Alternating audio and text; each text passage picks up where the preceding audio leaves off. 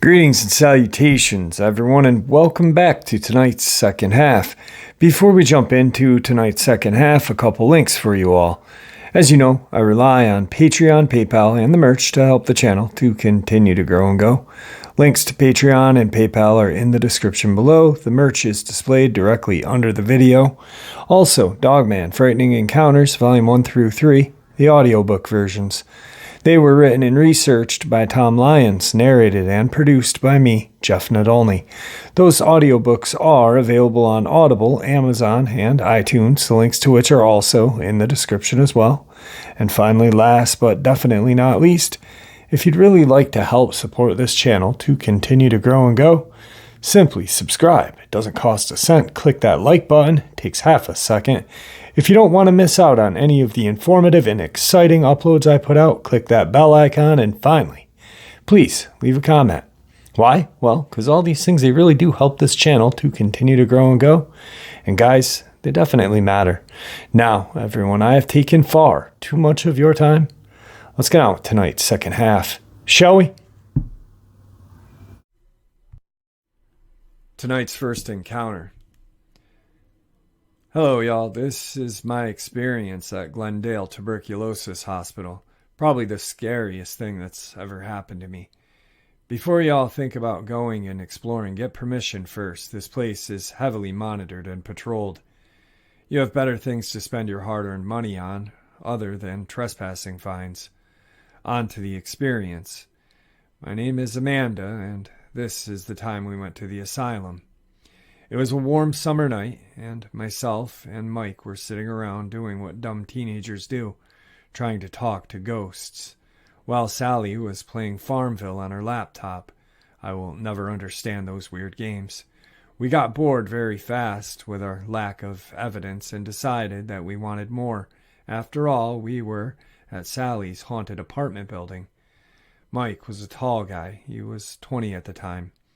He had dark hair with a buzz cut. He was into the paranormal, and I was a little put off by it, since I had a life-altering experience at the age of 13 with a terrifying cryptid, but that's another story for another time. We used Sally's laptop and started to look up haunted places. We didn't want places people told us could be haunted, and we didn't want places that were overrun with tourists. It was summer, after all. Then, after about 45 minutes of searching, the idea was all but dead, but then I came across an abandoned asylum. "Hey guys, come here and check this out," I said. Now, with the excitement in my voice, Sally was rushing over with me and Mike to see what we found. I looked at Sally with a half-cocked grin and said, "We have to go," echoed by Mike. Sally was the one with the car. Mike ended up driving. Sally agreed with a quick gathering of supplies, water bottles, lighter, flashlight, and granola bars. We were out the door and piled into the car. It was about 8 p.m. as we pulled out of the parking lot of her giant apartment building. Upon arriving, we pulled up behind an already parked Saturn Ion. There was not a parking lot, but more like a pull-off, and we only found it by pure luck. There were, and still are, posted no trespassing signs everywhere along the road. I looked at Sally, and she saw I am now instantly regretting my decision. A small hint of panic flickered in my eyes as Mike smacks me on the shoulder and says, "Let's go, you bunch of ninnies." Also adding, looking directly at me with a teasing tone, "You know, for being a macho lesbian, you sure seem scared of the dark." I stuck out my tongue and flicked him in the ear. I grabbed our survival bag, and we all got out of the car. It was eerily quiet, around 10 p.m. when we stepped over the guardrail, preparing to make our journey through the woods, when two men came running out of the woods looking ghost white. Neither of them said a word to us. They ran to their car and drove off like a bat out of hell. Sally looked at me and whispered, "I know you're still not considering going into that place." I looked back and uttered, "Let's go." Mike followed, with Sally reluctantly close behind. Each one of us had a flashlight lighting the path in front of us. I started to hear the faint noises of babies crying in the distance, but quickly pushed it to the back of my mind, saying it was just my imagination. We all come upon a wide creek with the deepest part maybe 3 feet. As we start to cross, Mike reaches his long arm across to stop us in our tracks. He panicked and whispered, "Did you see that?" Turning our flashlights off, we wait and try to see what he stopped us for. Then we see it. In the distance are tiny balls of blue lights hovering through the trees. We all hold as still as possible as the ice waters graze our ankles and our shoes are fully submerged under the water. We at first think they're flashlights of maybe possible security guards on duty, but the more we watched, we realized at the distance the flashlights would have had to have been 20 feet in the air. I'm trying to understand what I'm seeing in front of us. I'm speechless, and judging by the looks of everyone else's face, they are too. And just as quick as they appeared, the lights disappeared. It was truly a strange event. After 5 minutes of standing and wondering what we saw, I snapped out of it. We never found any evidence of anything there, and that was the only time we saw those blue balls of light on the journey, so we pressed on to the original destination. As we came upon the building, it looked ancient, as if nobody had been there in decades. It was huge. Guys, it was the size and had the looks of a decent-sized hospital. We all were in a kind of awe. When we came out of the tree line, we walked right to the side entrance that wasn't locked shut. Instead, it had chains over the doors with padlocks. We all could easily slip inside. Sally went in first. I followed, then Mike. It was pitch black other than our kind of awful flashlights. The air was heavy with the smell of old leaves, rust, and spray paint. Most likely from someone just wanting to put a piece of themselves into history. We entered on the first floor and explored for a good hour. On the first floor, we found an old gauze tape, medical scissors, old puzzles, beds with straps on them. One of the nurses' stations had a few old records of patients once housed there. It was really creepy. We came upon a staircase and used it to get to the second floor. Immediately, everything changed. The air was suffocating. It became rancid with stagnant water, mixed with rot and decay, and a feeling of being watched loomed over us. We were walking all quiet when Mike yelled at the top of his lungs, "I'm not scared of you." I almost jumped out of my pants because the tension and the feeling of suspense was heavy in the air. Sally, all the while suffering from what she calls a mini-stroke. I hit him in the arm, and Sally did the same, screaming inaudible words. We walked down the hallway a bit, and again I hear a faint baby cry. I quickly turned toward the room on my right, with my light illuminating the space before me. It was a dark room. It was almost as if the light of my flashlight was fighting to stay lit in the darkness. Mike and Sally take 2 steps toward the door in front of me. As we are staring, Mike jerked his head to the left and froze. In that instant, I was shoved so violently from behind I almost lost my balance, falling forward into the dark space in front of me. As I throw my left foot in front of me to try to regain my balance, I look up to a huge metal door being shut millimeters in front of my face.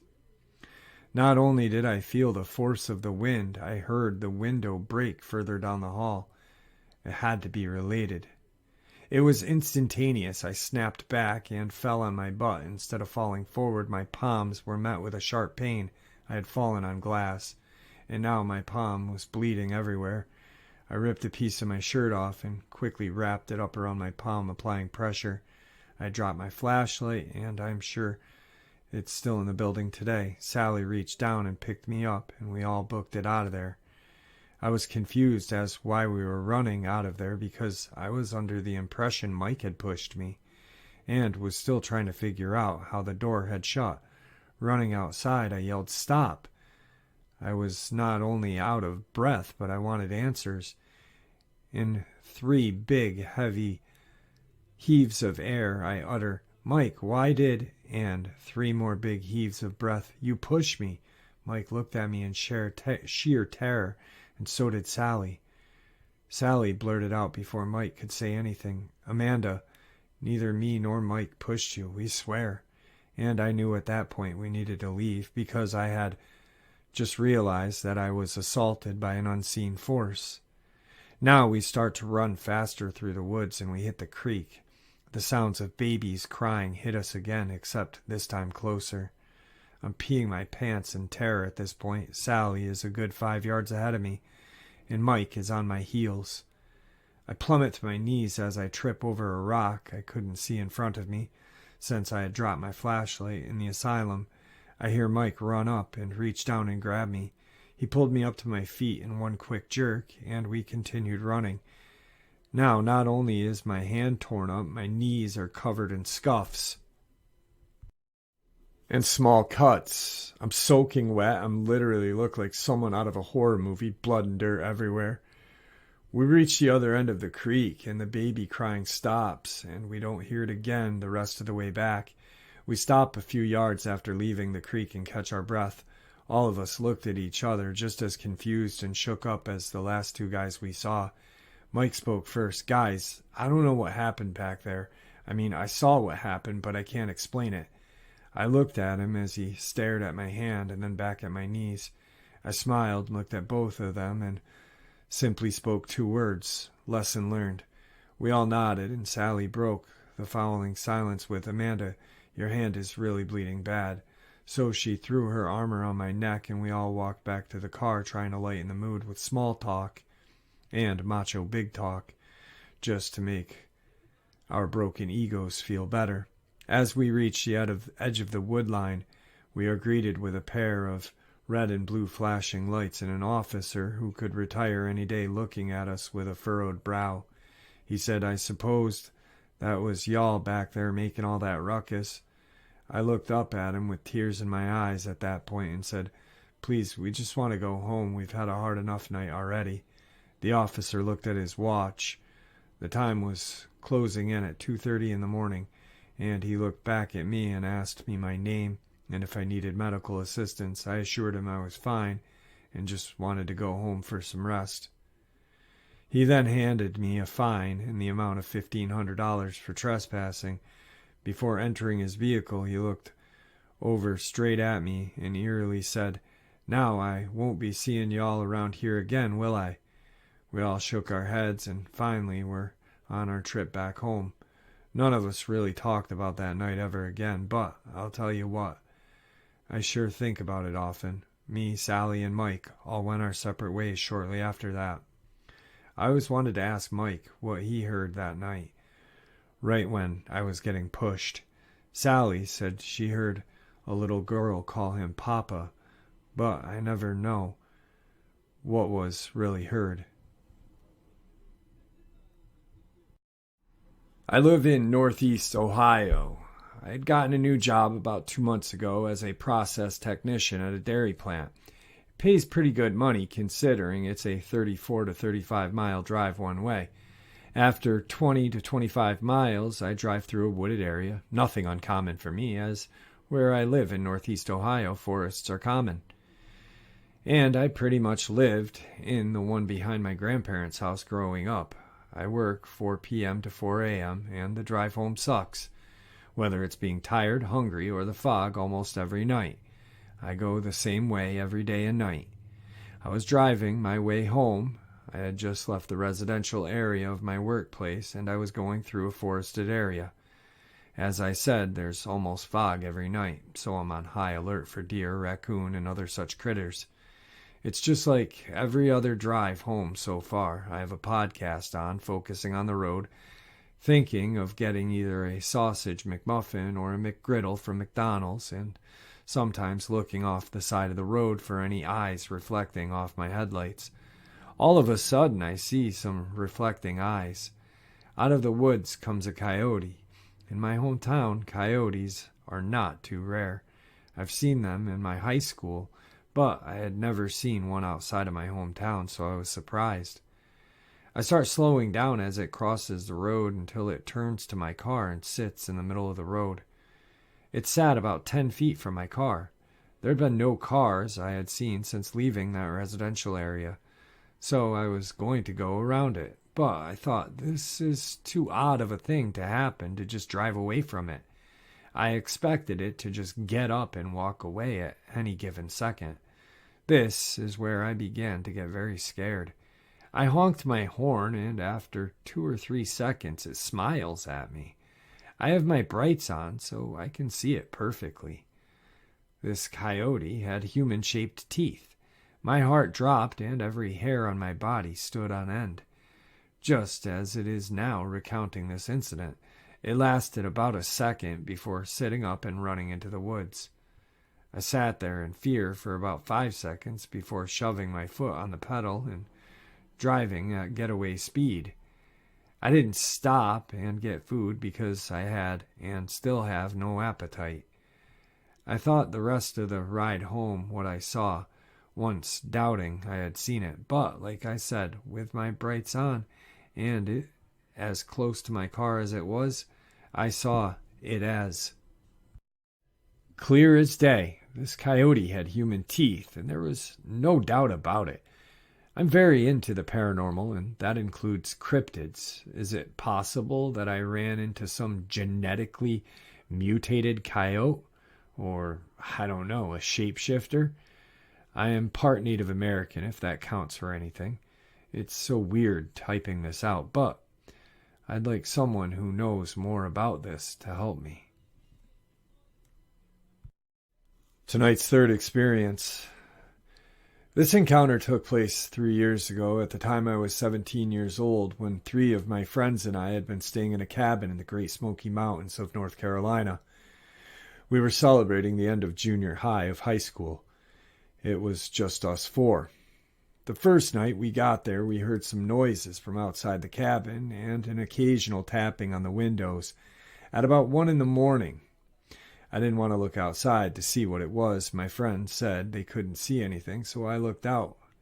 But I couldn't see anything either. Next morning, we went outside and saw some footprints around the cabin and into the woods. There were footprints I've never seen before. Kind of long, narrow, with obvious claw marks on 4 toes. Fast forward to the night we decide to go outside and build a campfire. We're all joking around, laughing, having fun, when we heard a growl from the woods. The shrubbery and smaller plants around us start to move, like swaying in the wind, even though there is no wind. I look behind me and instantly notice 2 amber-colored eyes staring at us. I turn to my friend to ask if he's seen them as well. He looks at me pale in the face and asks, "WTF is that thing?" I tell myself that I don't know what it is, but it seems to be massive and I do not want to find out. So we started to run towards the cabin and yell to the others what we saw. They immediately run with us, and we are in the cabin. They don't believe us and believe that we are trying to prank them. After a few moments, they looked outside, and it was standing about 30 feet from the cabin and caught a quick glimpse. The creature was bipedal, about 9 foot tall, grayish-black hair, very muscular, with these massive claws and huge fangs. We closed the blinds and tried to forget about a thing, but we were obviously terrified. Later that night, I went to bed and I looked out the window. The creature was in the same area, now staring directly at me. I thought about trying to take a photo, but I truly didn't want to upset this thing. Needless to say, I didn't get any sleep that night. Hoping daylight would soon come, the next day we packed up and left, not wanting to spend another night in those woods. None of us even mentioned the incident among ourselves. This is the first time I've told anyone about this because I didn't think anyone would believe what I saw. The thought of that creature staring into my eyes from my bedroom window still haunts me. Tonight's 4th experience. The year was 2010 and there was going to be a blood moon. I rounded up a bunch of equipment to get a good picture of it. I love the moon. My favorite times have all happened under its pale light. Borrowed an awesome camera that could be attached to a telescope. Had my laptop and various other equipment, but also strapped on my .40 cal pistol because there are mountain lions and coyotes in the area, northwest Arizona. loaded all my gear into my Jeep, and headed to the area a few miles away from town. I get to a place where I'm going to set up, begin unloading and setting everything up, and I hear some nearby sheep starting to freak out. I didn't think much of it, and after a handful of moments, they went quiet again. Just as I was unloading the scope, I heard a very loud splash, and for some reason this caught my attention. I stood up and looked toward the creek for a second, but I didn't hear anything else, so I went back to setting up the telescope. Now I hear some rustling, twigs snapping, that sort of thing, and stand up and shine my flashlight around to see what I can see. I do not see anything, and whatever it was went quiet when I shined the light around. I figured I had scared it off and started to screw the scope onto the tripod when I heard a very loud snap and whipped back around. While pulling my gun and shining my light towards the fallen tree I had noticed earlier. But there it was, roughly the size of a bear. The head was more canine than ursid, and the body was more lean. We stood there staring at each other for what felt like an eternity. Then it growled and charged. I screamed and fired my gun repeatedly. After the fact, I found I had fired 8 shots. It bowled me over, and I fully expected that my life was over, but instead of the following through with the attack, it just kept running, disappearing into the cornfield. Thoroughly spooked, I tossed the most expensive bits I had unpacked back into the Jeep and left immediately, only going back once the sun finally came up to finish collecting the gear. When I got there, I found a game warden and a couple sheriff's deputies and the farmer that owned the field/pasture. Apparently, whatever it was had killed a couple of sheep, and they were trying to figure out what it was and where it went. The tracks were both canine and also not canine. They were strangely longer than the standard dog print. What was it? Well, I'm still not sure, and sometimes it still keeps me up at night. Some have suggested that it was a Dogman, but I'm not sure I believe in such a thing. Wow, what a fantastic second half. I know in the kind of midday gripe session that I had, I'm not even going to call it a bonus, that I said I was going to try and get out to where Tom Lyons disappeared again today. Unfortunately, that got put on hold, and I went and visited my dad. He's going to be... Usually the hospital doesn't do anything on the weekends, apparently. But tomorrow morning, they are going to be doing some sort of, not stints, but some sort of weird procedure first thing in the morning. So I wanted to spend a little time with him. And yeah, that was fun. I played him the video, the grape session video. He laughed and enjoyed the word chode. What a great word that is. Anyway, hopefully everything works out with him. And, you know, the guy's 73. He's not ready for not being around anymore. He's got 20, 30 more years left, I hope. So anyway, guys, thanks for all the support, and stay safe, happy, and healthy, and God bless.